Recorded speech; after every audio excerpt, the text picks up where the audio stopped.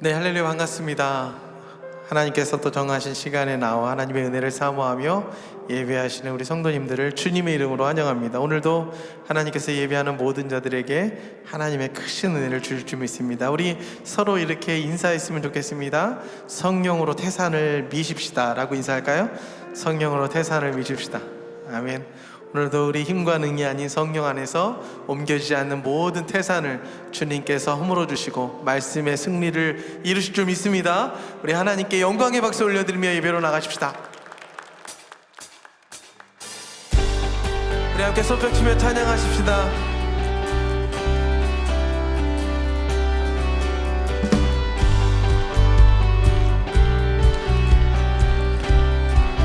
주신실하심 놀라워, 주신실하심 놀라워, 죄인의 마음 흔드네, 자비의 물가로 인도하시니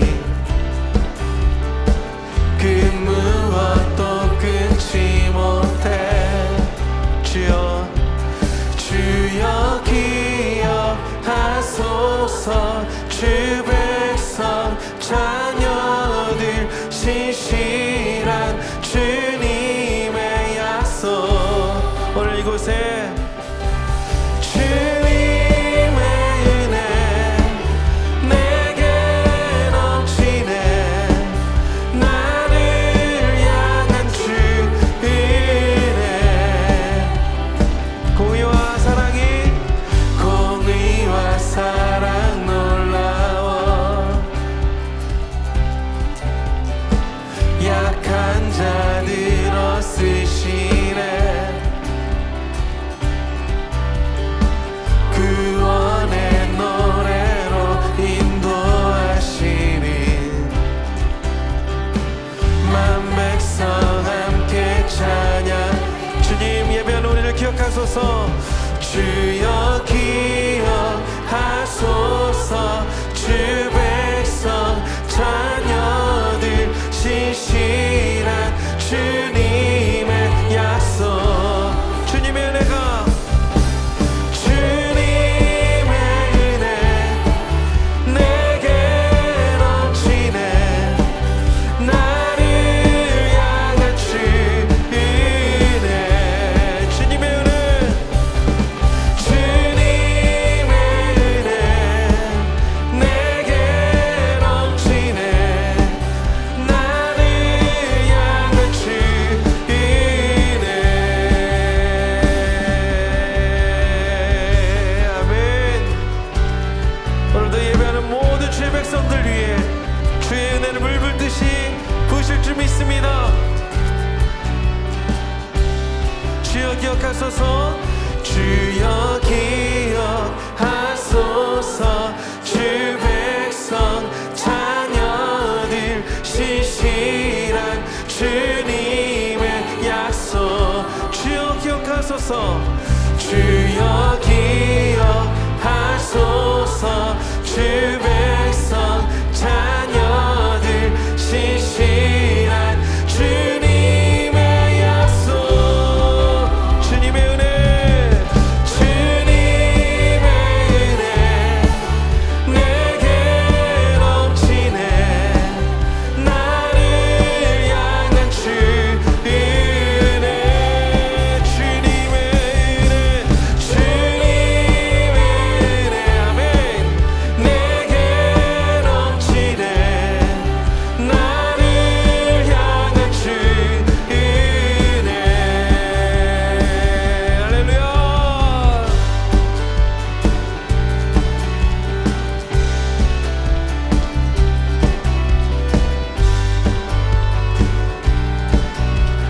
오늘도 은혜 주신 하나님께 영광의 박수와 예배를 박수 올려드리며 하나님을 경배하며 찬양합니다.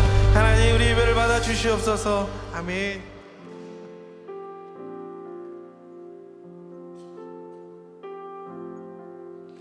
그 자리가 어떤 자리든 그곳이 예배하는 자리인 줄 믿습니다. 바로 그 자리에서 우리 예배하십시다. 나는 하나님을 예배하는 예배자입니다. 예배자입니다. 그곳이 어디든 내가 서 있는 곳 어디서 남은 하나님을 예배합니다. 내 영혼 거룩한 은혜를 향하여 내 마음 완전한 하나님 향하여 이곳에 바로 이 시간 내 모습 이대로 하나님을 예배합니다. 그렇습니다. 우리가 선 바로 그 자리에서 나는 하나님을 예배하는 예배자입니다. 내가 서 있는 곳 어디 그곳이 어디든 하나님을 예배합니다. 내 영혼 거룩한 은혜를 향하여 내 마음 완전한 하나님 향하여 그곳에서 바로 이 시간 우리는 하나님을 예배 우리 전심으로 내 영혼 거룩한 은혜를 향하여 내 마음 완전한 하나님 어디서나 이곳에 바로 이 시간 하나님을 예배 내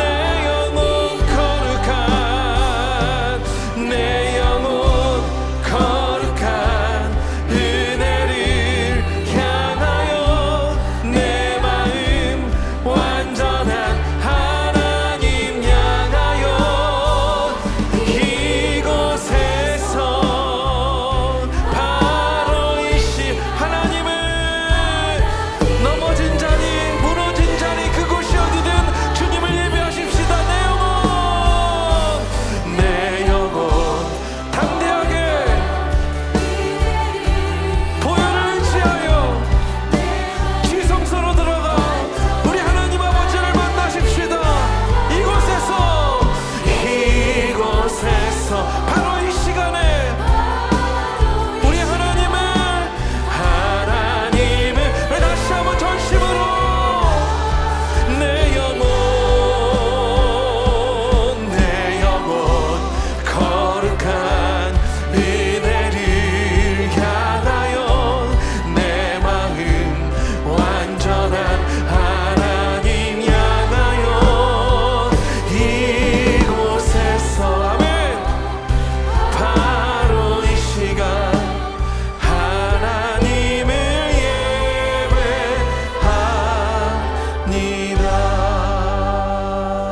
예배합니다. 그렇게 예배하는 자들에게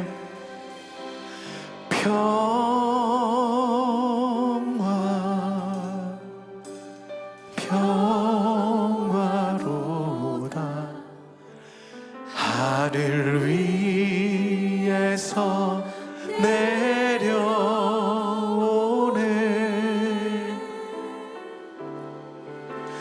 그 사랑의 물결이 영원토록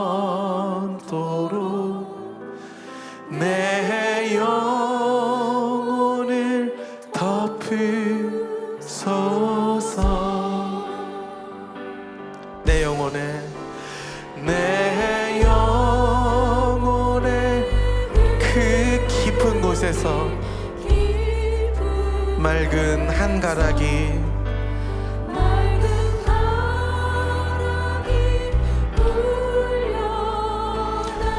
그 곡조는 하늘의 곡조입니다.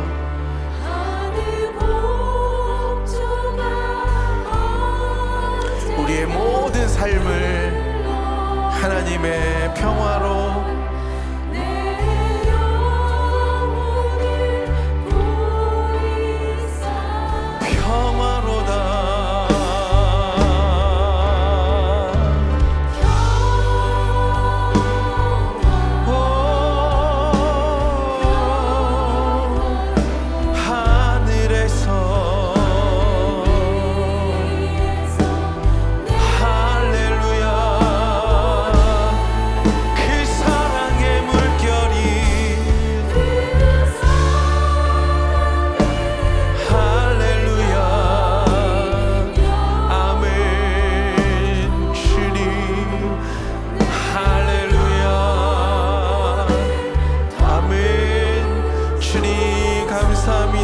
내 맘속에 솟아난 내 맘속에 솟아난 이 평화는 깊이 묻힌 보배로다.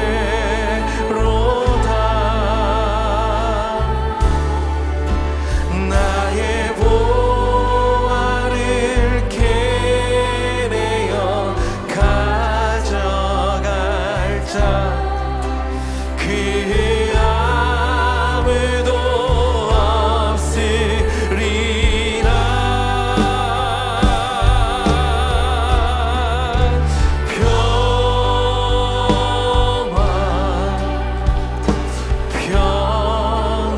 평화로다.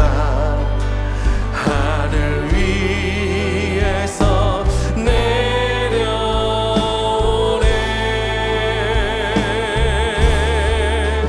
그 사랑의 물결이 영원토록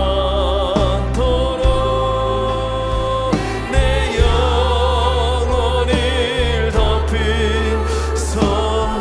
이 땅 위에 험한 길을 걸어가지만 이 땅 위에 험한 길 가는 도 참된 평화가 어디 있나. 우리 모두 다 예수 그리스도를 우리 모두 다 예수를 친구사 하늘의 평화를 참 평화를 누리겠네.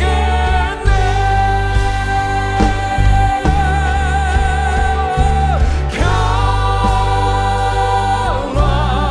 할렐루야.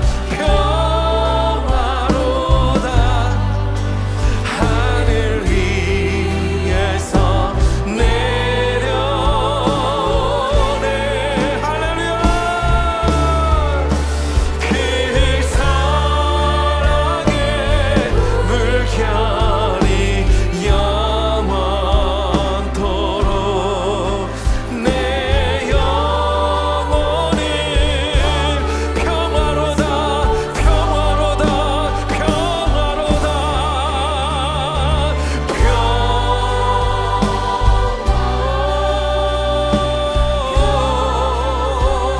하늘에서 할렐루야. 아멘. 그 사랑의 물결이 영원토록 내 영혼을 덮으소서. 우리 은혜의 깊은 자리로 들어가십시다. 평화로다. 평화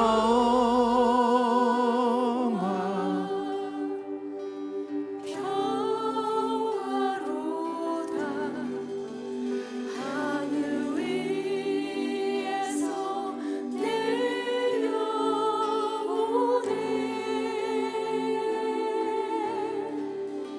그 사랑의 물결이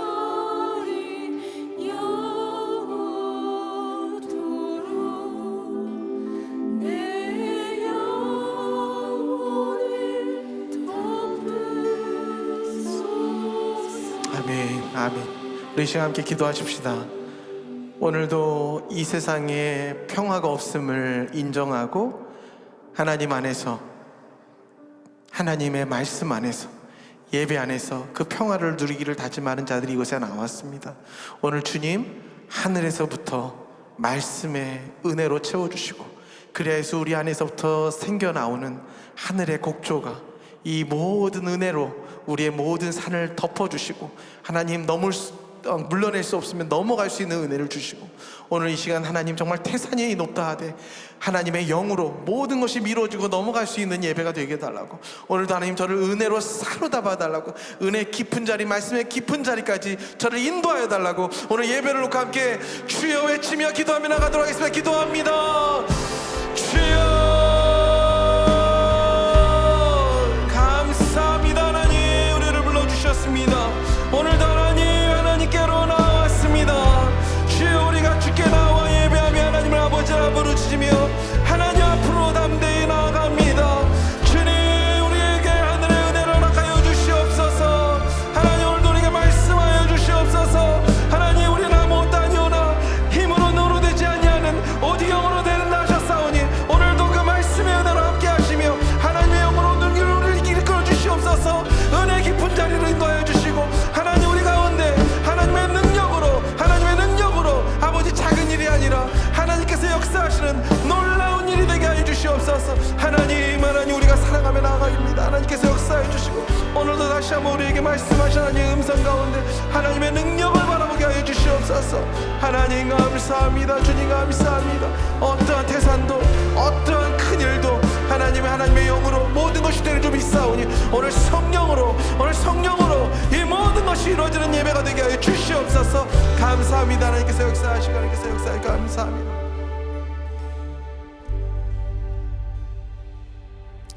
하나님 아버지 감사합니다.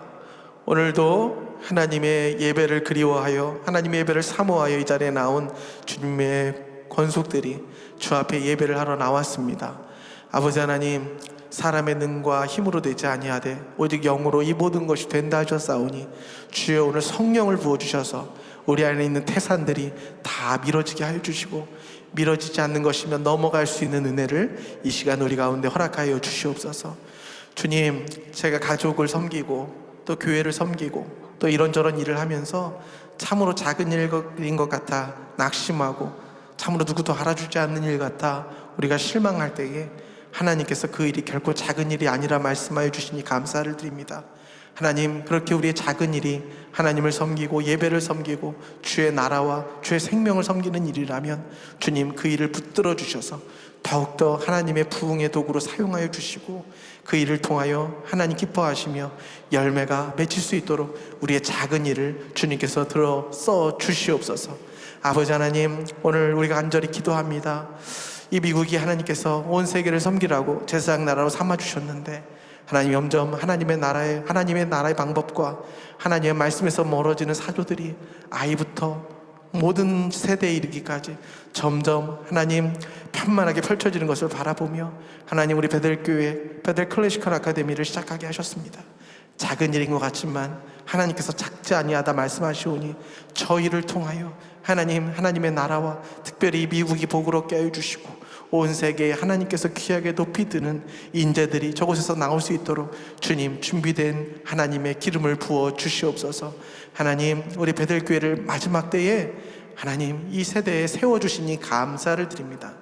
온 성도들이 하나님의 말씀과 능으로 되는 줄 믿고 아침마다 말씀 보며 큐티하며 살아가고 있습니다.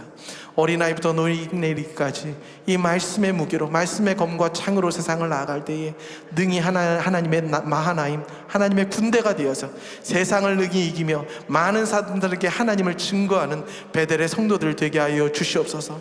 담임 목사님 잠시 스터디 립을 떠나시게 되는데 하나님, 그 또한 하나님께서 주시는 귀한 사명이오니 하나님 이 사명 잘 마치고 돌아오실 수 있도록 주님께서 영육간의 강건함을 도와여 주시고 지내시는 모든 과정 가운데 특별하게 하나님께서 은혜로 함께하여 주시옵소서. 오늘부터 하나님 김홍식 목사님께서 말씀을 5주 동안 전해 주실 텐데 주의 능력의 종이오니 세우셨사오니 주여 성령의 말씀에 두루마기를 입혀주시고 그의 입술에서 나오는 말씀을 통하여 우리가 이 3월에 말씀의 복을 얻게 해주시고 말씀을 통하여 태산이 물러가게 되어지는 놀라운 말씀의 잔치가 되게 하여 주시옵소서. 오늘 우리 예배를 하나님 앞에 올려드리오며 우리를 권하신 예수 그리스도의 이름으로 기도하옵나이다. 아멘. 아멘. 감사합니다. 수요예배에 나오신 우리 사랑하는 성도님들을 진심으로 환영합니다. 제가 같이 나누려고 하는 것은 이제 튤립이라는 거예요. 왜냐하면은 지난번에 조태원 목사님께서 꽃을 기다리며 시리즈를 하셨잖아요. 그래서 어떤 걸 해야 될까 하다가 꽃을 피워야겠다 이제. 근데 꽃을 피우기 위해서 생각한 게 3월에 피는 꽃하고 온라인에 쳐보니까 튤립이 딱 뜨는 겁니다. 우리 성도님들은 뭐 튤립하면 그냥 꽃만 생각나실 수도 있지만 제가 이래봬도 웨스트민스터 시스테메릭 티올로지 출신입니다. 그러니까 조직 신학을 전공을 했어요. 그래서 이 튤립이 뭐냐면 굉장히 그 개혁주의 꽃이라고 할 수 있죠. 그러니까 저희가 장로교회를 다닌다, 개혁주의 교회를 다닌다라고 할 때는 이 튤립을 모르고서는 그 교회를 다닌다고 말할 수 없을 정도로 굉장히 소중하고 꽃과 같이 아주 중요한 것입니다. 제가 사진을 하나 먼저 보내드릴 텐데요. 여기 딱 보시면은 네덜란드의 암스테르담의 퀸호프 식물원 사진입니다. 제가 이렇게 3월에 피는 꽃 하니까 나왔던 꽃이 여기였어요. 이게 다 이제 튤립인데요. 실제로 이제 홈페이지에 들어가 보니까 3월 말에서 5월 초까지가 피크라고 합니다. 그래서 4월 달이 피크니까 이 튤립 시리즈가 마치고 난 다음에 네덜란드에 가시면 이렇게 보실 수 있어요. 그리고 여기 가깝게는 시애틀에 있다고 하는데요. 네덜란드에 이것이 있다는 게 저한테는 조금 의미 있게 다가왔습니다. 왜냐하면은 이 튤립이라는 이 교리가 나오게 된 장소가 이 네덜란드예요. 근데 네덜란드 분들은 중산층이 되면 반드시 화원을 가꾸는데 화원을 가꿀 때 이렇게 튤립을 꼭 심는다고 합니다. 저희 나라 같은 경우는 이제 텃밭이나 조그만한 밭이 있으면 뭘 심죠? 상추 심고 고추 심고 그래서 이렇게 삼겹살 구워 먹을 때 이렇게 떼가지고 상추 쌈도 해 먹고 그러잖아요. 근데 네덜란드 사람들은 튤립을 심는다 그래요. 그래서 튤립이라고 정했나? 이제 그런 생각이 드는 거죠. 그래서 이 튤립에 대한 시리즈를 하면서 제 마음에 소원이 있었다면 정말 우리 베델교회 성도님들과 제가 이 시리즈를 통하여서 신앙의 꽃이 피게 해주세요. 뭐 이런 소원을 가지고 했는데 굉장히 교리다 보니까 준비하면서 제가 막 주름이 들고 굉장히 제가 막 이렇게 쭈그러들더라고요. 근데 정말 이 교리를 다시 한번 보면서 우리가 이렇게 탁 꽃이 폈으면 좋겠다는 생각이 듭니다. 그런데 이게 단순히 그 교리를 보면 저희가 쭈그러들 수밖에 없지만 이 교리를 말씀으로 좀 한번 점검을 해봤으면 좋겠다는 생각이 들었어요. 그래서 말씀을 같이 쫓아가면서 왜 우리가 이 믿음을 가지고 살아가고 있는지 그것들을 한번 살펴봤으면 좋겠습니다. 먼저 말씀 구절을 한번 읽어보면요. 에베소서 1장 3절에서 6절인데요. 같이 한번 읽어봤으면 좋겠습니다. 시작. 찬송하리로다 하나님 곧 우리 주 예수 그리스도의 아버지께서 그리스도 안에서 모든 신령한 복으로 우리에게 복 주시되 곧 창세전에 그리스도 안에서 우리를 택하사 우리로 사랑 안에서 그 앞에 거룩하게 하시려고 힘없게 하시려고 그 기쁘신 뜻대로 우리를 예정하사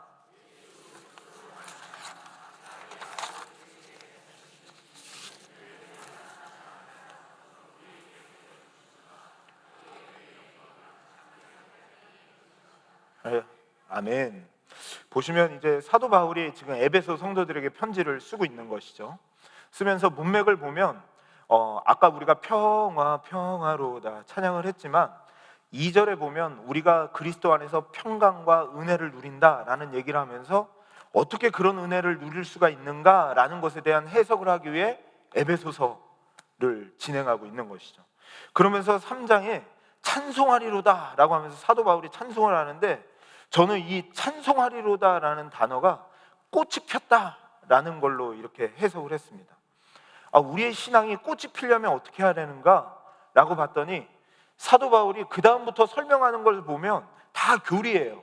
하나님이 곧 우리 아버지와 신령한 복을 우리에게 주시되 창세전에, 그러니까 뭐 현실 세계하고 동떨어져 있는 굉장히 교리적인 부분을 우리들에게 강조하면서 그의 신앙이 꽃이 피는 것을 보게 됩니다.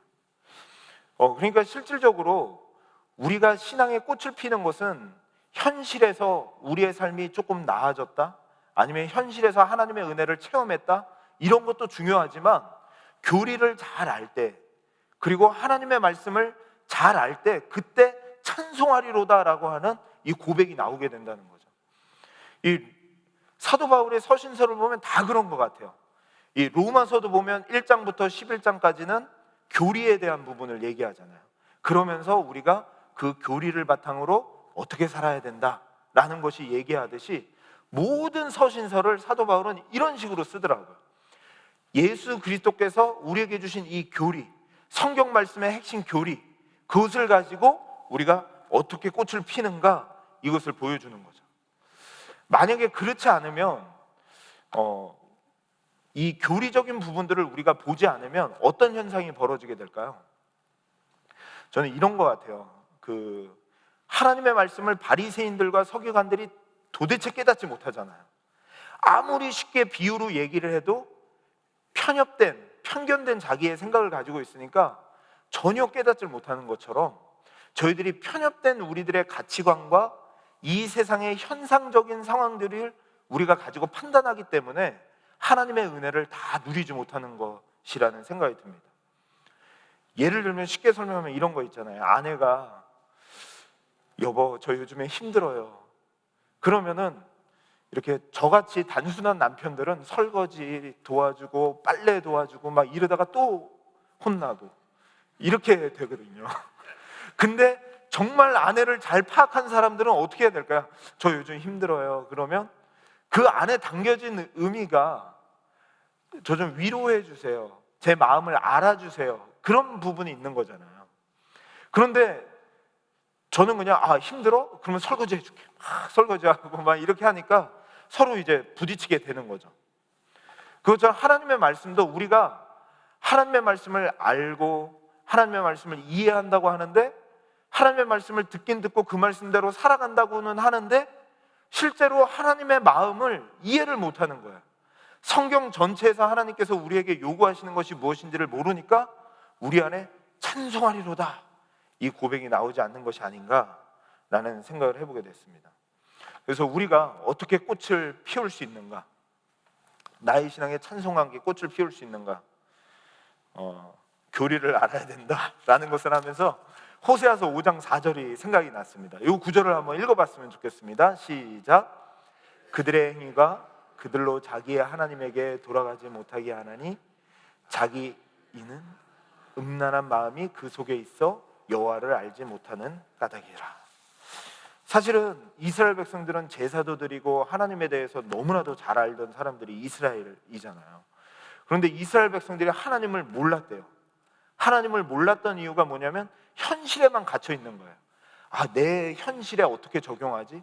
내 현실에 어떻게 하나님이 역사하시지? 내 현실에 하나님이 주신 은혜가 뭐지? 이런 거에만 머물러 있으면 그것이 필요하죠. 너무나도 중요해요. 크리스찬들은 체험 신앙이 너무나도 중요합니다. 저희들이 날마다 체험하며 은혜 가운데 달려가는 게 너무나도 중요해요. 근데 체험이라고 하는 것에 갇혀져 있으면 하나님의 풍성한 은혜와 풍성한 영광과 우리를 사랑하신 풍성한 사랑을 그저 내가 체험한 거에만 머물러서 알 수밖에 없다는 거죠. 그래서 왜곡되게 돼요. 자꾸 하나님을 알지 못하는 자리로 가요. 그래서 우리가 교리를 공부하는 게 그래서 중요하다라고 지금 말씀을 드리고 있는 겁니다. 너무나도 이게 교리라는 것이 사실 딱딱하기 때문에 저희들이 다시 한번 그래서 우리가 하나님의 말씀을 전체적으로 그 뿌리를 보는 것이 이래서 중요하구나. 그렇지 않으면 우리가 생각하고 판단하는 현실에만 머물러 있어서 죄에 빠질 수밖에 없구나라는 생각이 듭니다. 그래서 이 시간에 정말로 이 시리즈를 참여하면서 기도하면서 계속 오셨으면 좋겠어요. 하나님, 우리의 눈이 열려지게 하시고 교리적인 부분들이 내 말씀으로 믿어지게 하셔서 내 삶에 그것을 어떻게 적용해야 될지는 그것이 내 삶에 들어오면서 자연스럽게 뻗어나가는 하나님의 은혜가 있게 주옵소서. 그런 마음으로 이 자리를 참여해 주셨으면 좋겠어요. 사실은 지금 이제 에즈버리 대학에 부흥의 이런 소문들이 많이 있는데요, 그런 것도 어마어마한 스펙타클한 경험이 아니에요. 그냥 수요일 날 모여서 예배 드리는 가운데 예배가 끊임없이 하나님 앞에 드려져요. 드려지는데 그 예배의 핵심이 뭐예요? 다 교리예요. 교리. 나를 구원하시고 나를 사랑하시고, 이게 그냥 그들의 마음에 풍성하게 임하니까 그들의 환경과 상관없이 하나님을 예배하고자 하는 그 예배의 마음, 예배의 태도, 이런 것들이 변화가 되어지면서 그 자리가 부흥의 현장이 된 거죠. 그러니까 지금은 막 전 세계에서 그곳에 가려고 막 줄을 서서 가잖아요. 이게 부흥이에요. 부흥이 어떤 스펙타클한 내 삶에 하나님의 은혜를 깊이 체험한 어떤 체험적인 부분도 있겠지만, 하나님의 말씀의 이 교리가 내 마음에 큰 사랑으로 확 들어왔을 때, 그게 놀라운 은혜라는 거죠. 지난번에 담임 목사님께서 거기서 이렇게 감동을 받으시고 눈물을 팍 쏟으셨는데 기억나시나요? 우리 2주 전에 돌에 새긴 사랑인가요? 그 말씀을 전해주시면서 돌에 12눈, 그게 해석이 안 돼서 막 힘들다가 예수 그리스도로 탁 풀려지면서 실체인 천국에 우리를 이끌고 가시는 예수 그리스도에 대한 말씀이라는 것이 탁 풀려질 때, 이게 어찌 보면 굉장히 교리잖아요. 어찌 보면 그냥 우리의 삶과는 직결되지 않아 보이잖아요. 근데 이것이 우리의 삶에 가장 중요하고, 우리가 지금 현실을 살아가고 있는 고통을 해결하는 것보다 우리가 현실을 살아가고 있는 문제를 당면하여 그것을 풀어내는 것보다 훨씬 더 중요한 것이 영적 하나님의 나를 구원하신 그 은혜, 나를 지금도 사랑하시는 그 은혜라는 것이 탁 풀려지는 순간, 그 은혜가 확 목사님의 마음에 둘러싸고 그 말씀이 선포될 때 우리가 그 말씀의 은혜를 받은 것이죠. 그러니까 이 교리라는 게 그냥 지금 나와 현실과 동떨어져 있으니까 하고서 동떨어지게 들을 수 있는 것이 아니다 라는 것을 좀 생각해 주셨으면 좋겠습니다. 그러면서 다시 한번 우리가 이 튤립이 뭔지 한번 살펴봤으면 좋겠습니다. 이렇게 밑밥을 깔아놨으니까 이제는 좀 따라오실 거라 믿고 조금 딱딱하게 조금 더 들어가겠습니다. 튤립이란 뭔가라고 한번 보시면, 튤립이라는 것이 이렇게 칼뱅의 5대 교리라고 불리기도 하고 또 은혜의 교리라고도 불리기도 합니다. 사실은 칼뱅의 5대 교리라고 해서 오해하시는 분들이 있는데, 이거는 칼뱅이 만든 교리는 아니에요. 왜냐하면 칼뱅의 후계자가 이제 벗어나는, 자꾸만 변질되어지는 잘못된 교리들을 증거할 때 이 칼뱅이의 그 정신을 가지고 만들어낸 교리다. 그래서 칼뱅의 5대 교리라고도 하고, 은혜를 강조했기 때문에 은혜의 교리다라고 얘기하죠. 그런데 사실은 그 칼뱅이 이런 주장을 하기 전에 이런 논쟁들이 너무나도 많이 있었어요. 그 다음 페이지 한번 보시면 변질과 회복의 역사는 너무나도 많았죠. 그러니까 사실은 우리가 왜 칼뱅을 자꾸만 따지고 칼뱅의 교리를 따라가려고 합니까? 라고 하는데, 칼뱅의 교리가 칼뱅의 교리가 아니라 더 성경적이기 때문에, 더 하나님이 원하시는 거기 때문에, 더 하나님께서 말씀하시는 거기 때문에 저희들이 칼뱅의 교리를 따라간다라고 이해하면서 한번 보시면, 바리새인들과 서기관들은 율법과 전통으로 구원을 받는다라고 생각을 했다면, 예수님은 아니다, 나를 오직 믿음으로, 복음으로 구원을 얻는다라고 얘기를 했죠. 근데 예수님이 그렇게 십자가에서 죽으시고 부활하시고 난 다음에도 계속되는 논쟁이 있어요. 그냥 막 사람은 끊임없이 변질을 합니다. 어떻게 변질이 됐냐면 할례와 율법을 지켜야 복음과 함께 우리가 구원을 얻는다라고 얘기하는 거죠. 그러니까 예수님을 믿어야지만 구원을 얻는다고 하는 게 뭔가 찜찜한 거예요. 아, 그렇게 쉬워요? 아, 저렇게 못된 사람들이 있는데 저렇게 못된 사람들도 믿음으로 구원을 얻는다고요? 그래도 할례도 행하고 아니면 담배도 끊고 뭐 이런 율법을 지켜야 구원하는 거 아닙니까? 라고 얘기하자 사도 바울이 이렇게 얘기했죠. 이런 것은 다른 복음이고 저주를 받을지어다 라고 얘기할 정도로 그것은 완전히 다른 복음이다 라고 얘기하는 거죠. 오직 예수 그리스도를 믿음으로 구원을 얻는다 라고 얘기를 하는 겁니다. 그러다 보니까 4세기 때 이런 논쟁이 생기는 거예요. 그렇다면 우리에게는 자유의지가 있으니까 우리가 예수님을 믿는다고 고백해야 구원 얻는 거 아닙니까? 라고 묻는 거죠. 그게 자유의지와 복음이에요. 펠라기오스의 이제 교리입니다. 그러니까 저희들이 흔히 생각할 때 그래도 인간이 내가 믿는다고 해야 믿을 수 있는 거지 어떻게 하나님의 복음이 나를 휘어잡을 수 있느냐라고 얘기하는 거죠. 근데 이게 정확히 5세기 때 정확히 종교회의에서 이단의 판정을 받습니다. 어거스틴이 이긴 거죠. 오직 예수 그리스도로 믿음으로. 근데 그 믿음이라는 것은 하나님의 은혜로 주어지는 것이다 라고 하면서 믿음으로 구원을 얻는다 라고 얘기를 하죠. 그래서 이 펠라기우스의 이 전통에 따라서 사실은 저희들이 침례교에서도 그런 부분들이 있잖아요. 이렇게 예수 그리스도를 고백해야 세례를 준다, 그래야 구원을 얻는다라고 얘기하는데 고백에 좀 더 힘을 싣는 거죠. 우리가 고백해야 구원을 받는다라는 거예요. 근데 우리는 전적인 하나님의 은혜로 구원을 받는 거지 우리가 고백한다고 해서 구원을 받는다는 것이 아니다, 이제 그런 겁니다.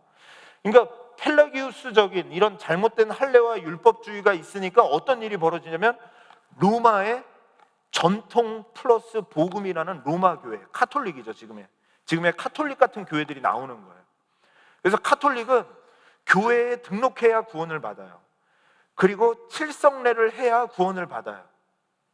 그리고 착한 행위를 해야 구원을 받고, 지금도 그 천국 사이에 연옥이라는 곳이 있어서 헌금을 하면 부모님 중에 연옥에 있는 부모님이 우리가 헌금을 많이 하면 그 선행으로 말미암아 천국으로 들어간다라고 하는 그런 복음에 빠지게 되는 겁니다.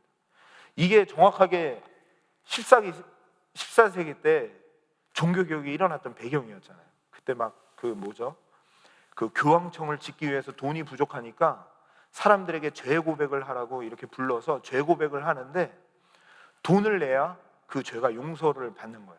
그래서 돈을 내면 그 당시에 그 죄 고백하는 그 연호 그 함이 굉장히 동전 소리가 크게 나게 돼 있었다고 그래요. 그래서 동전 소리를 넣으면 떼글떼글떼글 하면서 들어가는 소리가 나고 땡그랑 하면서 그 소리와 함께 천국으로 부모님이 올라간다라고 얘기를 했던 거죠. 근데 그거를 성도님들이 믿었어요. 그런 걸 믿었어요. 실제로 그 당시에 부흥 설교가들이 그런 설교를 했습니다.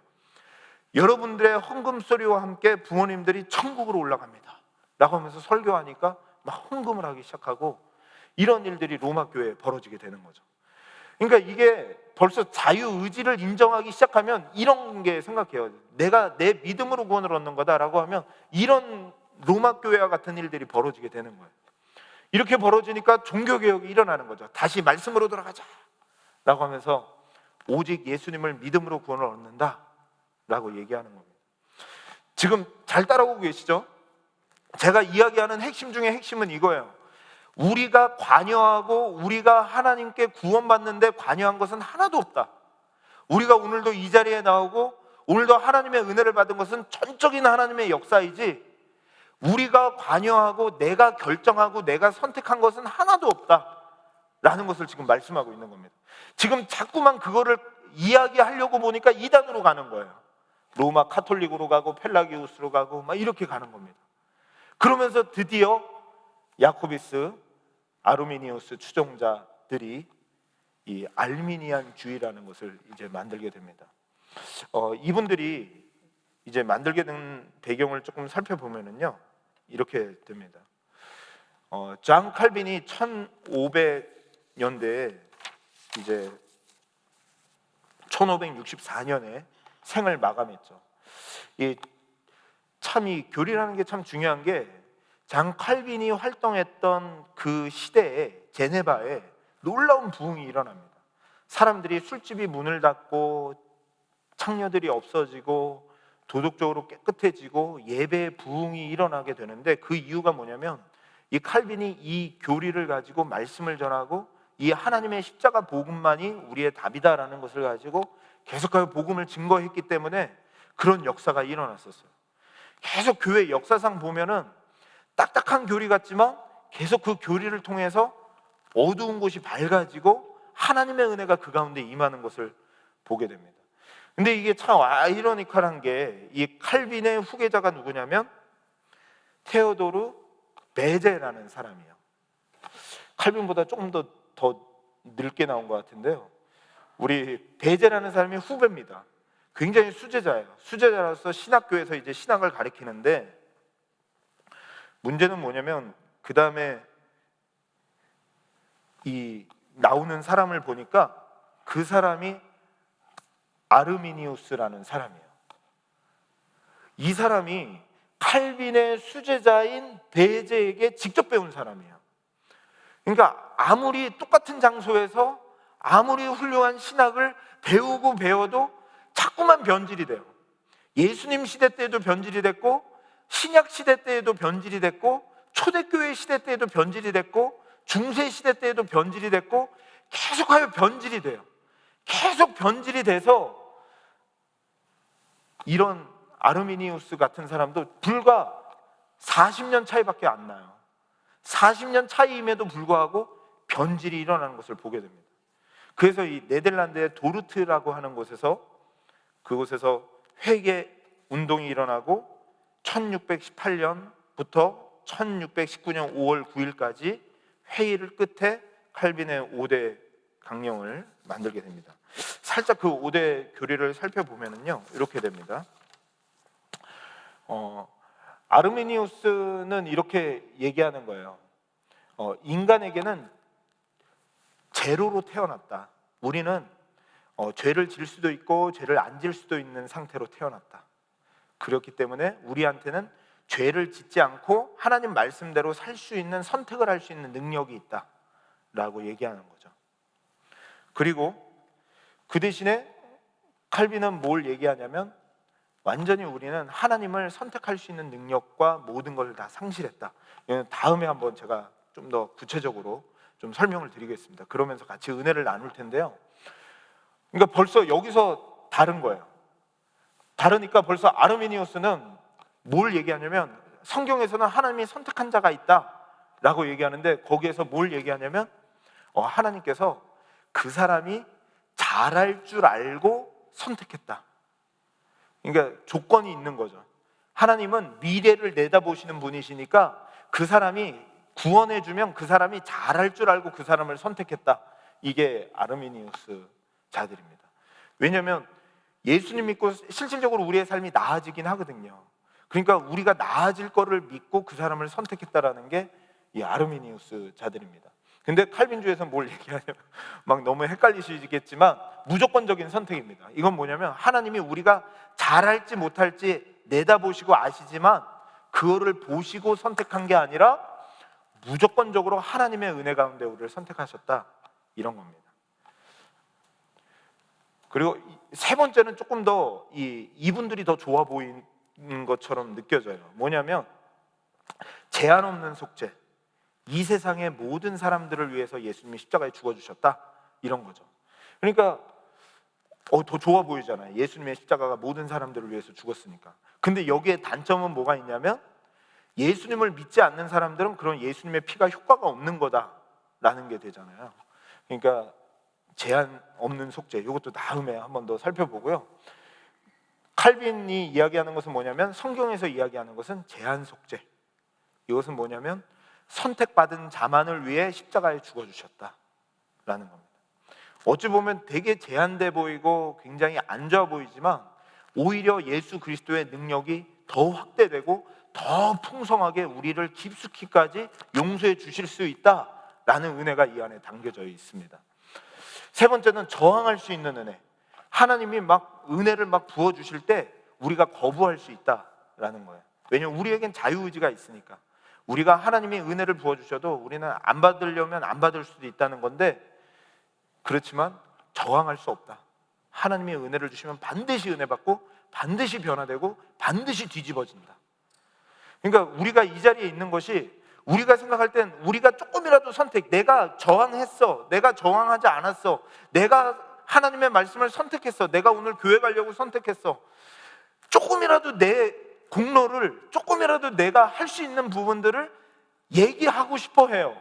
근데 성경은 계속하여 그거를 잘라내요. 네가 한 거 아무것도 없어, 네가 한 거 아무것도 없어, 너가 한 것은 죄뿐이 없어, 너가 한 것은 아무것도 없어 라고 계속하여 성경은 우리들을 잘라내고, 계속하여 이 이단에 빠지는 사람들은 그래도 내가 선택해야 되는 거 아니냐, 그래도 내가 열심히 기도해야 되는 거 아니야, 그래도 내가 뭘 해야 되는 거 아니야 라고 자꾸만 자기 이야기를 하는 거죠.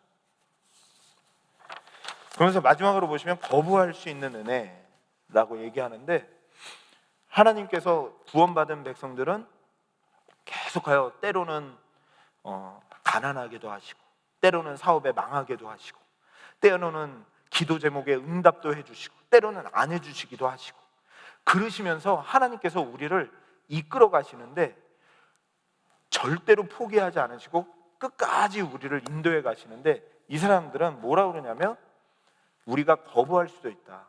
하나님께 택함받고 은혜 받았지만 중간에 하나님께서 벗어날 수도 있다라는 것을 이야기하는 겁니다. 그런데 칼빈주의 성경에서는 뭐라고 얘기하냐면 절대로 하나님은 포기하지 않는다라는 게 성도의 견인입니다. 그러니까 저는 예전에 견인차로 생각했어요. 자꾸 견인하니까 견인차가 이렇게 차를 끌고 쭉 가는 거라고 생각했는데 그걸로는 좀 설명이 불가능해요. 왜냐하면 우리도 적극적인 행동이 있기 때문에 그렇죠.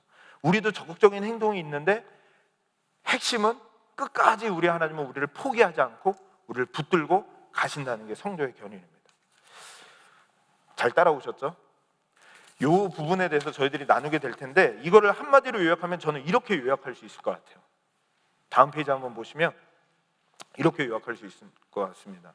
구원, 하나님 플러스 인간 약간의 작품이냐, 아니면 구원은 오직 하나님의 작품이냐, 이것에 대한 논쟁인 것 같습니다. 지금 이제 저희들이 조금 오해하지 말아야 될 것은 큐티합시다, 기도합시다, 이런 부분은 또 우리가 성화되는 과정들 속에서 또 나아가는 부분이라고 따로 파트를 떼어놔야 될 것 같아요. 근데 이 부분은 우리의 구원과 우리가 지금 이 자리에 있음과 우리가 이 땅에서 살아갈 때 우리에게 하나님께서 부어주신 사랑에 대해서 먼저 집중을 하는 것이죠. 그런데 그 집중을 하는데 그것이 중요한 이유가 뭐냐면 그게 결국은 우리의 삶을 끌고 가는 능력과 원동력이 되기 때문에 그렇습니다. 오늘 말씀을 그럼 말씀으로 한번 보시죠. 오늘 말씀으로 이거를 한번 전체적으로 증명을 한번 해보면서 제가 나아갔으면 좋겠습니다. 자, 3절부터 6절까지 보시면 그거를 제가 이렇게 좀 끊어놨어요. 끊어놨는데 아버지께서 라고 얘기하는데 그 성부 하나님이시죠. 그리고 그리스도 안에서 그는 성자 예수 그리스도시죠. 신령한 복을 우리에게 주시되, 우리가 가지되, 이게 아니라 주셨어요. 이게 성령께서 하시는 일이죠. 창세전에 택하셔서, 이 누구죠? 성부 하나님 그리스도께서 우리를 택하여 주셨어요. 그리스도 안에서 성자, 그리고 거룩하고 흠이 없게 하시려고 성령께서 우리에게 하시는 일이죠. 기쁘신 뜻대로 하나님께서 하시는 일이죠. 예수 그리스도로 말미암아 성자 예수 그리스도께서 하시는 일이고 아들들이 되게 하셨으니 성령께서 하시는 일이라는 것을 우리들에게 이야기하고 있습니다. 즉 우리가 더 하는 일들이 하나도 없다는 거예요. 보이지 않는 세계가 있다고 얘기들 하잖아요. 이 세상에 굴러가는 보이지 않는 세계가 있다면 어떤 철학자들은 그거를 성이다, 뭐 섹스다 이렇게 얘기하는 분들도 있죠. 남자들이 그거에 또 여자들이 그것 때문에 움직여지며 이 세상이 그것 때문에 판도가 바뀌어진다라고 보시는 분들도 있고, 어떤 분들은 돈이다라고도 생각할 수 있죠. 돈의 욕심 때문에 사람들의 마음이 바뀌고 돈 때문에 사람들이 움직여져서 그것 때문에 결국은 세상이 움직여진다라고 이야기하는 거죠. 그런데 그렇게 철학자들과 이 세상의 교리들은 이야기할지 모르지만 하나님은 지금 뭐라고 말씀하시냐면, 이 세상을 창세 전부터 창조하시고 누군가를 택하시고 구원하시고 인도에 가시는 보이지 않는 큰 손이 있는데, 그 큰 손이 누구냐? 바로 우리 하나님이시다 라고 얘기하는 거예요. 그 하나님이시다 라고 얘기하는데, 단순히 그 하나님이 멀리 떨어져 계신 분이 아니라 이 자리에 있는 우리들을 한 분 한 분을 구원하시는데 어떤 일을 하셨느냐? 우리를 택하시는데 창세전에 택하셨다. 이 세상이 타락한 후에, 아담과 하와가 실수한 후에 그런 계획을 세우신 것이 아니라 이미 아담과 하와가 실수할 걸 알고 타락할 걸 알고 창세 전부터 나를 생각하고 계셨고 나를 기억하고 계셨고 창세 전부터 나를 향한 구원의 계획을 가지고 계셨고 그의 아들을 십자가에 죽이실 것을 창세 전부터 나를 위하여 계획하셨고 지금 이 땅에 내려보내주셔서 십자가에 죽이시고 나를 구원하시고 성령께서 나를 위하여 지금 적용해 주셔서 내가 이 자리에 있다라는 것을, 보이지 않는 손이 있다는 것을 말씀해 주는 거죠. 그러니까 저희들은 누군가의 사랑만 받아도 너무너무 기쁘고 감사하다라고 얘기할지 모르지만, 하나님의 사랑은 창세 전부터 나를 향한 그 사랑이 창세 전부터 지금까지 계속하여 한 번도 끊임없이 왔고 예수 그리스도를 통하여서 완성이 되어졌고 성령께서 우리에게 주어졌다라는 것을 성경은 계속 말씀해 주고 있어요. 그러면서 사도 바울이 이 찬양 가운데, 이 신앙과 이 교리 가운데 찬송하리로다라는 고백이 이 사도 바울에게 나왔던 거죠.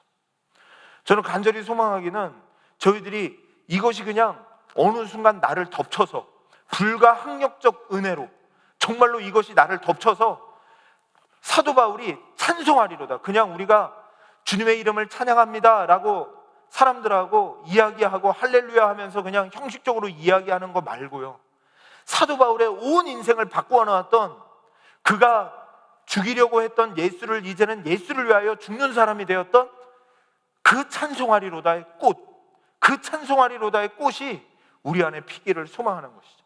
이것은 우리가 뭔가 노력해서 우리가 뭔가 현실적인 부분에 제가 다시 적용을 하지 않는다 하더라도 하나님의 놀라우신 그 사랑 속에 다시 한번 이것이, 공기가 지금 우리를 누르고 있다면, 뭐 나이가 들수록 이 공기의 무게가 점점 막 무거워진다고 그러잖아요. 근데 하나님의 놀라우신 사랑이 우리를 공기보다 더 큰 무게로 누르시고 압도하셔서 하나님의 사랑이 우리를 바꾸어 내실 것입니다. 하나님의 사랑이 우리를 찬송하게 하실 것입니다. 이거는 저희가 만들어내는 것이 아니라 하나님이 하시는 일이고 하나님이 역사하시는 일인 줄 믿습니다. 그래서 이것만 봐도요, 벌써 알미니아들이 얘기하는 게 다 틀리다는 걸 알 수가 있어요. 그리스도 안에서 다 주시고 하나님이 다 하셨다는 것을 우리들에게 말씀해 주고 있는 거죠. 그러면서 두 번째로 또 한 가지 보고 싶은 것은, 그 9절에 보시면 신령한 복을 우리에게 주셨다라고 이야기합니다. 우리에게 신령한 복을, 우리에게 하나님께서 그 아버지와 아들을 통해서 우리에게 신령한 복을 주셨다라고 말씀하시는데, 이 신령한 복을 통하여 우리가 오해하게 되는 경우들이 많이 있는 것 같아요. 뭐냐면 현실의 우리의 삶의 어떤 체험, 아니면 현실에서 어떤 능력, 현실에서의 어떤 삶의 나아짐, 이걸 가지고 자꾸 신령한 능력이라고 우리가 오해하게 되는 것 같아요. 막 갑자기 100m를 16초에 뛰던 사람이 9초에 뛰고, 막 머리가 없던 사람이 머리가 나고, 이런 것이 엄청 하나님의 능력이고 실력이라고 생각하기 쉬운데 그렇지 않고요. 4절 5절에 보니까 그 하나님의 능력을 이렇게 표현하고 있습니다. 거룩하고 흠이 없게 하시는 복, 그 다음에 5절에 보니까 아들이 되게 하시는 복이라고 얘기하는 거죠. 그러니까 어찌 보면 이 세상과 조금 다른 복이라고 할 수가 있어요. 하나님의 이렇게, 지금 제가 추상적인 이야기를 하고 있는 겁니다. 추상적인 이야기지만 굉장히 실제적인 이야기인데요. 이런 하나님의 은혜가 우리를 폭포수같이 지금도 쏟아지고 있는데, 이 은혜 가운데 우리에게 받아지는 복이 뭐냐? 이 은혜를 우리가 깨달을 때 우리에게 있어지는 신령한 복이 뭐냐? 이 땅을 살아가는데 하나님의 아들로 살아가는 복, 거룩함과 흠없는 삶을 살아가는 복이 우리에게 주어진다는 거예요. 우리가 이 현실을 보면서 현실에서 무시하고 살아가라는 말은 아니겠죠. 우리를 뭐라고 얘기했냐면 우리의 시민권은 하늘에 있는지라 라고 사도 바울이 이야기했고, 그러면서 우리는 이 땅을 나그네와 같이 사는 자들이다 라고 얘기를 했습니다. 하나님의 창세전을 개념을 이해한다면, 하나님이 지금도 쏟아부어 주시고 우리를 지금도 붙드시고 천국까지 인도해 가신다는 것을 인정한다면, 지금 이 땅에 살아가는 우리의 가치관 자체가 완전히 바뀌어진다는 거예요. 거룩하고 흠이 없는 삶으로 나아가는 복을 얻게 되어지고, 우리의 삶의 어려움과 우리의 기도에 응답되지 않음과 우리의 낙심됨과 실망하는 그 일을 통하여 하나님 앞에 더 나아가는 일들이 생기게 되고, 거룩하여지게 하는 일들이 생기게 되고, 하나님의 자녀로서 이 땅을 살아가게 된다는 것이죠. 저는 그게 부자 청년이 생각이 났어요. 이 부자 청년이 지금 아까 사진에 보시면은 이렇게 예수님을 잘 쳐다보지 못하고 있습니다. 그 예수님을 쳐다보지 못하는 게 관점인 것 같아요. 지금 이 시간을 통해서 제가 원하는 것은 우리의 현실에 초점을 맞추고 있던 우리의 눈을 다시 한번 예수님께, 아니 하나님께 우리의 초점을 한번 맞추고 싶은 거예요. 하나님께 초점을 맞추고 싶은 게 뭐냐면, 예수님이 이 부자 청년을 보는데 부자 청년은 외면을 하고 있어요. 왜 그러냐면 부자 청년의 마음이 원하는 건 다른 데 있었거든요. 거룩함이 아니라 신령한 복이 다른 데 있었거든요. 그걸 알 수 있는 게, 제가 지난 주일날도 조금 큐티를 나눴었는데요. 지난 주일날 큐티 본문이 부자 청년이 예수님께 와서 어떻게 하여야 영생을 얻으리까? 라고 묻자 예수님이 율법을 지켰느냐? 그러니까 율법을 어렸을 때부터 지켰습니다. 참 잘하였다. 그런데 네가 온전하고자 할진대 가난한 자들에게 너가 가지고 있는 재물을 다 팔아서 주고 나를 쫓을 것이니라 라고 말씀하신 거죠. 저는 그 설교를 제가 하고 있을 때 예전에 한 청년이 생각이 나요. 그 청년은 누가 보더라도 부자예요. 이 BMW를 타고 다녔습니다. 청년인데 BMW를 타고 다니고, 가방도 아주 럭셔리한 그런 똥 들어간 루이비통 뭐 이런 가방을 들고 다니고, 신발도 아주 럭셔리하고, 거기다가 공립학교 교사였어요, 미국에서. 그러니까 얼마나 잘 나가는 청년이겠어요. 그 청년 마음속에 뭐가 있는지 알겠어요. 그래서 제가 이렇게 얘기했습니다. 아니 목사님, 왜 이렇게 성경은 부자들을 싫어해요? 그리고 왜 부자는 천국에 못 간다고 그래요? 자꾸만 부자는 낙타가 바늘기로 들어가는 것보다 부자가 천국에 들어가는 게 왜 이렇게 어렵다고 얘기해요? 라고 묻는 거죠. 그 청년을 딱 보는 순간 이해가 됐어요. 아, 본인이 부자니까 이제 그런 질문이 생기는구나. 저는 그런 생각은 해본 적이 없거든요.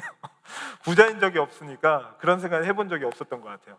근데 그런 고민을 하니까 제가 이렇게 얘기했어요. 왜 그러냐면요, 이걸 좀 돌려 얘기해야 되잖아요. 처음부터 직설적으로 얘기하면 상처받을까 봐 돌려 얘기하느라고 이렇게 얘기했습니다. 왜 그러냐면, 부자가 되려면 시간을 많이 써야 돼요. 돈 벌기 위해서. 그리고 부자로서 돈을 유지하려면 부자 돈을 유지하기 위해서 생각을 많이 해야 돼요. 거기에 시간을 많이 써야 돼요. 그러면 상대적으로 주님을 볼 시간이 없어요. 그렇게 좀 설명을 해드렸어요. 근데 그래도 이해를 못 하시죠, 당연히. 그래도 이렇게 부자를 싫어해요 그러지만 실질적인 이유는 이거죠. 직설적으로 그걸 얘기한다면 그 마음에 아직 뭐라 그럴까요? 하나님의 신령한 복이 없는 거예요. 아직 하나님이 안 주신 거예요.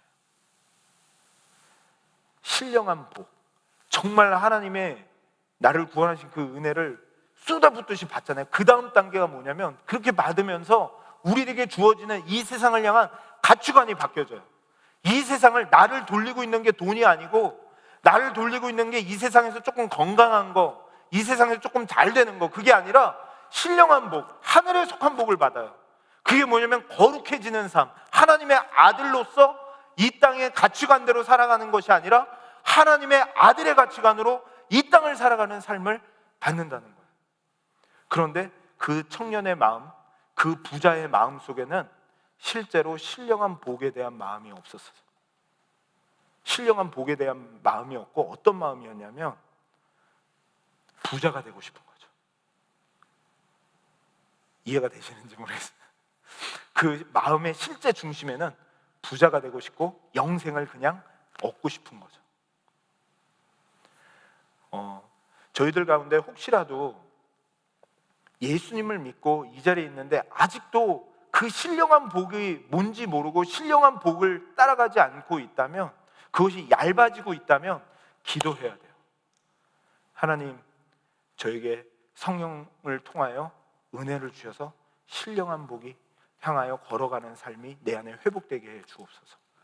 그리고 그 비전으로 우리가 살아가게 해 주옵시고, 이 땅에서 단지 지금 보이는 현실의 삶을 내가 나아지고 안 좋아지고가 아니라 하나님의 말씀으로 다스림을 받아 그 말씀을 따라 살아가게 해 주옵소서 라고 기도해야 됩니다.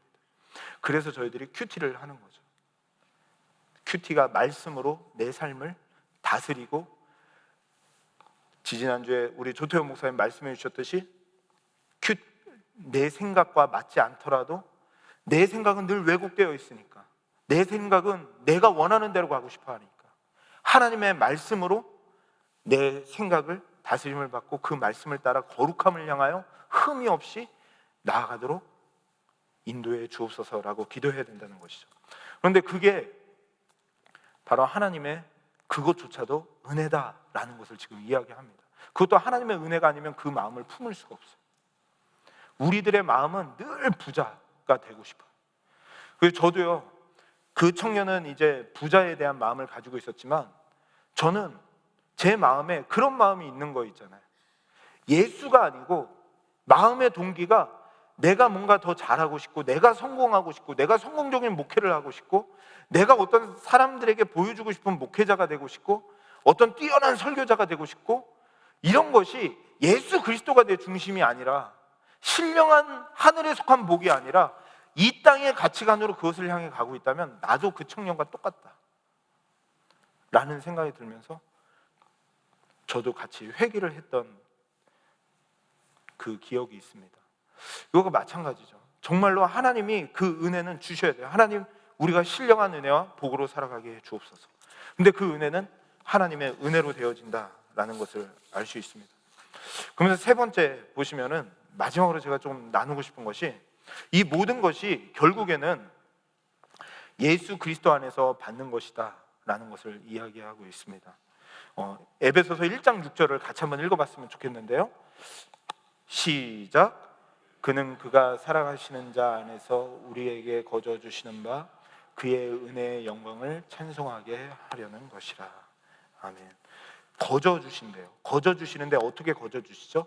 그 사랑하는 자, 예수 그리스도 안에서 거저 우리에게 주시는 모든 것이 다 하나님의 은혜이다 라는 것을 이야기합니다. 우리가 막 스펙타클한 영화만 봐도 지금 이제 11시 반부터 토트넘이 축구 시합을 하는데요. 제가 손흥민을 너무 좋아해서 손흥민이 축구 뛰는 그것만 봐도 막 열광을 하는데, 정말 하나님께서 우리에게 행하신 일, 우리에게 주신 일, 이런 일들에 대해서 시선이 머물지 않고, 때로는 우리가 이런 교리들에 대해서 굉장히 가볍게 여기고 굉장히 우리의 현실, 우리의 당장 있어지는 일에만 관심을 가질 때가 너무 많다는 거예요. 그런데 사도 바울도 그렇고 초대교회 성도들도 그렇고 우리 믿음의 선배들이 어디에서 압도적인 은혜를 받고 압도적인 삶의 변화가 일어나냐면 교리에서. 하나님의 놀라우신 경륜, 나를 위하여 하나님이 하신 일들, 내가 생각도 하지 못했던 창세전부터 나에게 쏟아부어 주신 하나님의 사랑, 그 사랑이 막 쏟아부어 주시는 것을 그게 믿어지니까 그 하나님의 신령한 은혜로 나아가는 복을 받게 되니까 거기서 현실을 뚫고 나갈 수 있는 능력을 그 안에서 받아서 그 적용은 그 다음에 나아가게 되는 거죠. 이 시간에 저희들이 계속하여 그 은혜를 좀 누렸으면 좋겠습니다. 왜냐하면 여기서 은혜의 영광이라는 구절이요, 누가복음에 한 번 더 똑같은 표현법으로 이렇게 나오더라고요. 그게 뭐냐면 마리아가 예수님을 배에 임신하고 이렇게 그가 받았던 칭찬이에요. 그들에게 이렇게 들어가 이르되, 그들이 이렇게 얘기하죠. 은혜를 받은 자여 평안할지어다. 이 은혜라는 것이 조금 저는 의미가 조금 덜 다가오는데요, 옛날 성경에 보면 은총을 받은 자여라고 얘기해요. 여기 에베소서도 은총이라는 단어로 예전 성경 번역에는 써 있었어요. 뭐냐면 그리스도 안에서 우리는 은총을 받은 자다. 하나님께 택함을 받고 하나님의 아들을 갖게 되고 한 것이 세상 사람들한테는 비웃음거리요, 이혼의 재료가 될지 모르지만 그것 자체가 은총을 받은 것이다 라고 얘기해요. 지금 이 자리에 있는 우리들이 하나님의 구원을 받고 하나님의 은혜 가운데 예배의 자리에 참여하는 것 자체를 가지고 뭐라고 이걸 표현하냐면, 우리가 이 자리에서 이 말씀을 나누는 이 자체를 뭐라고 표현하냐면, 성경에서 은총을 받은 자들이다 라고 얘기해요. 하나님의 쏟아부어 주시는 사랑과 은혜와 그 은총을 받은 자들에게 꽃이 안 필래야 안 필 수가 없는 거죠. 저는 이 시리즈를 통하여서 같이 그 은총이 우리 안에 막 피어났으면 좋겠어요. 그러면서 마지막으로 에즈베리 부흥의 이것을 한 번 더 나누고 싶습니다. 지금 뭐 보신 분들도 있겠지만 지금 사진을 2장 정도 가져왔어요. 하나는 팍스 뉴스에서 이제 나간 거고요. 이렇게 한데요. 이들이 2월 8일 날 수요 예배 때 예배를 드리다가 있었던 일이래요. 그러니까 저희처럼 수요 예배를 드린 거예요. 근데 참 위로가 됐던 게, 그 젊은 설교자인데 설교자가 설교를 잘 그렇게 막 스펙타클하게 하시는 설교자는 아니었나 봐요. 저랑 좀 비슷했나 봐요. 설교를 하고 그냥 쑥 들어갔대요. 설교를 하고 쑥 들어가서 멈춰졌는데 한 20명 정도가 남아가지고 기도를 하기 시작했다고 합니다. 그래서 막 거기서 기도를 하기 시작하다가 뭔가 성령의 그 말씀 속에서 역사하시는 그 은혜를 느끼면서 그거를 막 카톡으로 이제 전달하기 시작한 것 같아요. 우리 같이 모여서 예배하자라고 하면서 카톡으로 전달을 하는데, 그때부터 막 사람들이 전국에서 몰려들기 시작하면서 2월 20일부터 지금까지 맞나요? 이게 2월 20일 오후 5시부터 13일 동안 뭐 계속 지속도 24시간 13일 동안 계속 예배가 계속되는 거예요. 그러니까 20명이 남아서 같이 기도하는 가운데 그 은혜가 휩싸여서 막 모든 사람들이 막 몰려오기 시작하고 그 안에서 예배를 드리는데, 뭐 스펙타클한 어떤 뭐 역사가 일어나고 뭐 안진뱅이가 일어나고 이런 거 아니에요. 그냥 우리를 구원해 주신 하나님을 찬양하고 예배하는데 그 안에 성령의 역사 가운데 그들이 놀라운 찬양과 예배가 드려지는 거예요. 그러면서 그들이 무슨 찬양을 하냐면 Christ be magnified, 주님만 높임을 받으소서. 이 찬양만 계속 부르는 거예요. 주님만 높임을 받으소서, 주님만 높임을 받으소서.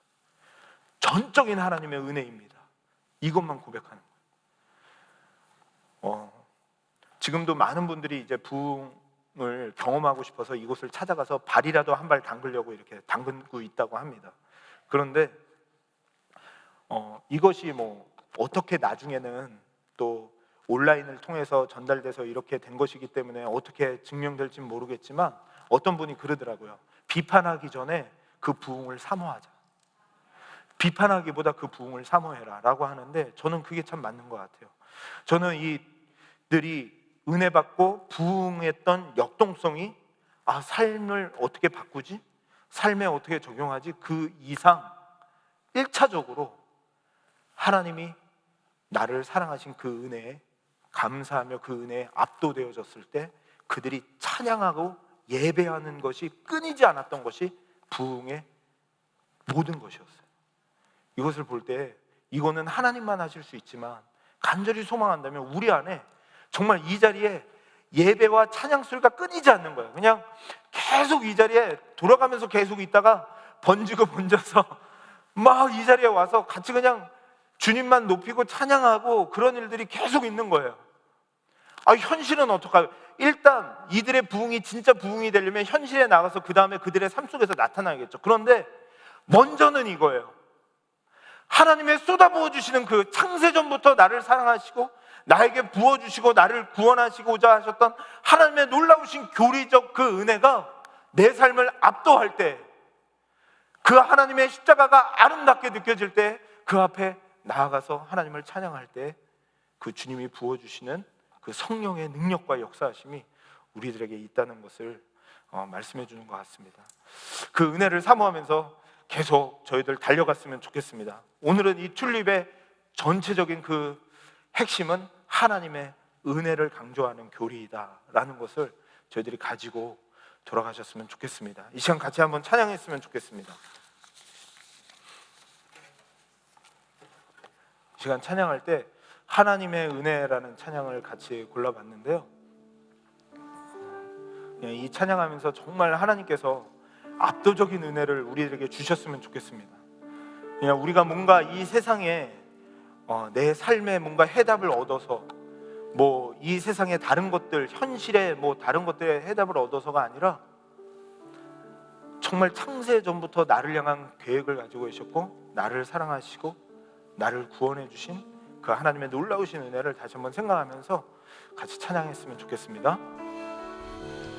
나를 지으신 이가 하나님,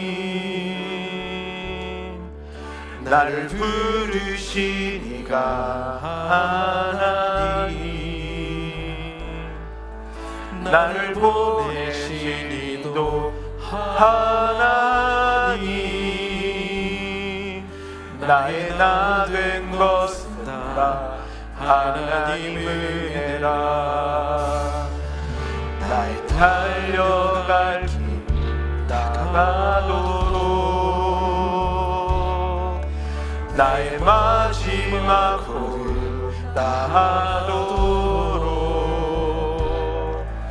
나로 그 십자가 품게 하시니,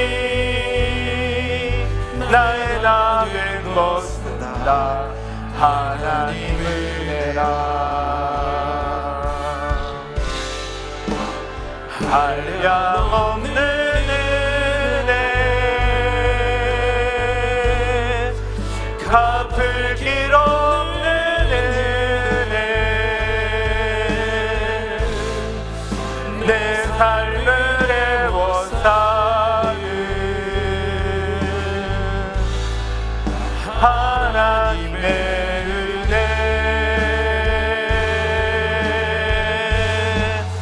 나 저항 없이 그 땅을 밟음도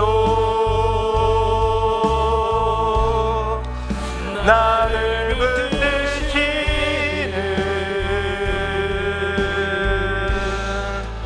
하나님의, 우리 엄만 한 번 더 찬양합니다. 한량없는 은혜, 한량없는 은혜, 갚을 길 없는 은혜, 갚을 길 없는 은혜, 내 삶을 애워싸는 하나님의 은혜, 나 저항 없이 그 땅을 밟음도 나를 붙드시는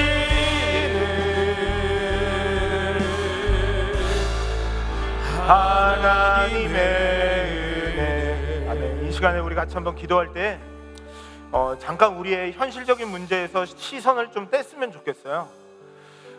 내가 지금 당면한 문제들, 내가 지금 풀어야 될 숙제들, 이런 것들에서 조금 시선을 떼어서 정말로 하나님의 은혜가 나를 어떻게 역사하고 계시는지, 오늘도 나를 어떻게 붙들고 계시는지, 하나님이 나를 위하여 하신 일들에 주목해 봤으면 좋겠어요.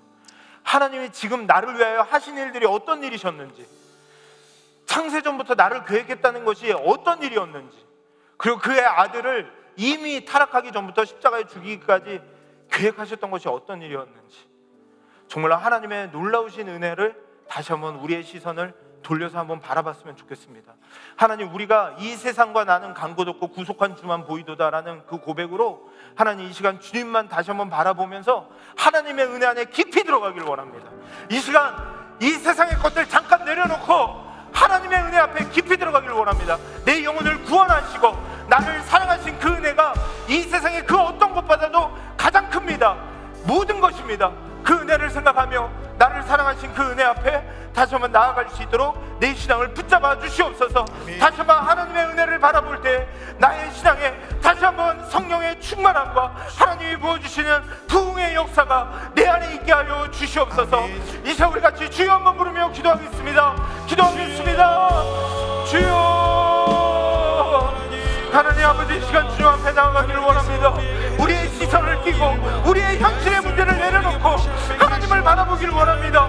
우리는 아직도 이 현실에 하나님 갇혀져서 내 삶과 하나님 내 가치관과 내 앞길과 나만을 생각하며 살아가시는데, 그래서 하나님 나는 아직도 타락하고 왜곡된 신앙으로 하나님 앞에 서고 있는데, 끊임없이 나를 사랑하시고 끊임없이 나를 붙잡아주시고 끊임없이 나를 인도해주시는 하나님의 사랑이 나를 쏟아부어 주시고 있는데, 그 은혜를 다시 한번 기억하며 그 은혜 앞에 나아갈 수 있도록 하나님 인도하여 주시옵소서.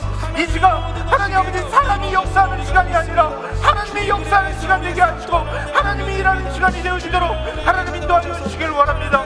하나님 붙잡아 주시옵시고 하나님의 영광과 하나님의 능력이 이 가운데 충만하게 임할 수 있도록 인도하여 주시옵소서. 주여, 우리를 위하여 베풀어 주신 하나님의 사랑이 우리를 압도하게 하여 주시옵소서. 우리 가운데 하나님 임하게 하여 주시옵소서. 하나님의 영광이 우리 가운데 임하게 하여 주시옵소서. 하나님의 능력이 임하게 하여 주시옵소서. 하나님을 예배하고자 하는 이들이 이곳에 가득하게 하여 주시옵시고 하나님의 이름을 높여드리는 그 영광이 가득하게 하여 주시옵소서. 이 시간 우리 교회를 위해 기도했으면 좋겠습니다. 에즈베리의 부흥의 역사가 우리 교회도 있기를 원합니다. 비판하기 이전에 그 부흥을 사모하기를 원합니다.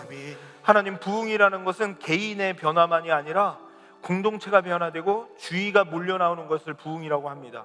그리고 그 지역사회가 몰려나오는 것을 부흥이라고 합니다. 하나님, 우리 베들교회에 하나님을 예배하는 그런 부흥이 있게 해주옵소서. 현실의 문제를 뛰어넘어 하나님께서 우리에게 쏟아부어 주시는 그 은혜 가운데 먼저 그 은혜를 흠뻑 받고 그 은혜를 감격하며 찬양하며 하나님을 영화롭게 해드리는 그 부흥의 은혜가 우리 베들교회 가운데 있게 하여 주시옵소서 라고 기도해 주시되, 특별히 담임 목사님 이제 스터디 리뷰를 가시는데 하나님, 우리 베들교회 영적 공백이 없게 하여 주시옵소서.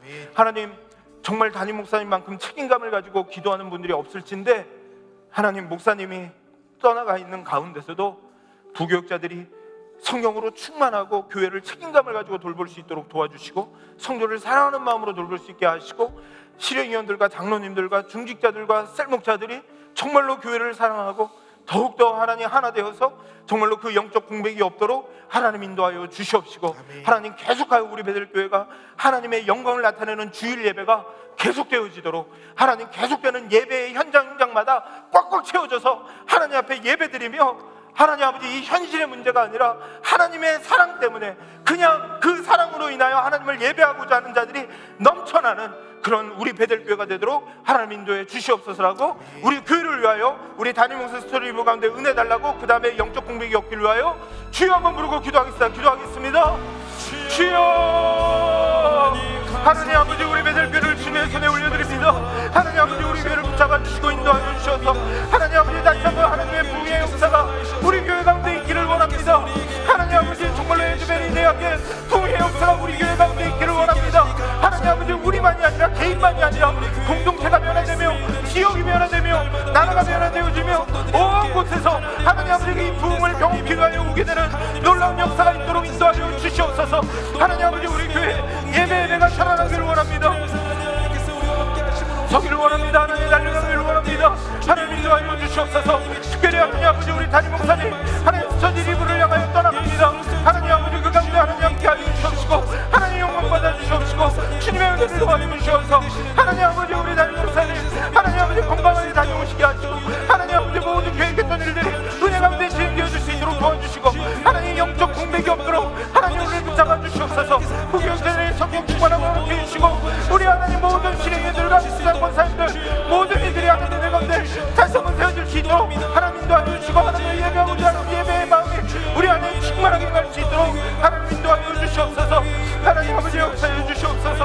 하나님 도와주시옵소서. 다시 한번 하나님 은혜 가운데 온전히 설 수 있도록 인도하여 주시옵소서. 주님 우리 가운데 함께하여 주시옵소서. 주님 우리에게 말씀하옵소서. 하나님 아버지 저희들은 날마다 우리들 중심의 예수가 아니라 자꾸만 부자가 되고 싶고 성공하고 싶고 내가 잘 되고 싶고 하나님 그래서 살아갈 때가 많은데 그런 우리들임에도 불구하고 정말 그것을 우리가 잘할까 봐 알아서가 아니라 창세 전부터 우리를 무조건적으로 선택하시고 무조건적으로 그의 아들을 보내주셔서 우리의 마음에 찾아와 주시고 우리의 마음을 붙잡아 주시며 우리를 조금씩 성화시켜 나아가시며 하나님의 은혜의 자리까지 서게 하신다고 오늘도 그 교리를 나누었습니다. 하나님 너무나도 감사합니다. 하나님 아버지 우리가 이 현실의 눈에서 다시 한번 하나님을 바라보는 이 시간에 하나님이 부어주시는 은혜 가운데 그냥 무엇인가 우리의 삶에 풀려져서가 아니라 나를 정말 어마무시하게 사랑하시는 그 하나님의 사랑 앞에서 하나님 정말로 다시 한번 꽃피는 하나님 그런 삶이 되도록 주님 축복하여 주시옵소서. 하나님 이 시간들을 통하여서 사람이 만들어내는 은혜가 아니라 하나님이 부어주시는 은혜가 이 자리에 충만하게 임하는 시간이 되도록 인도하여 주시옵소서.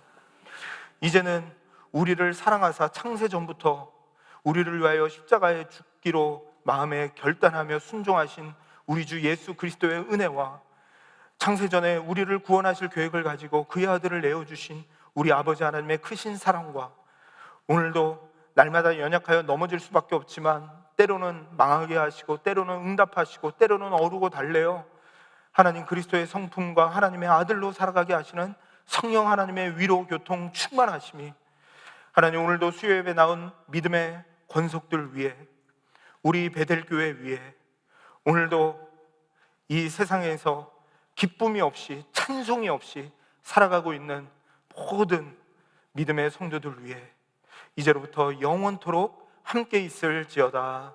아멘.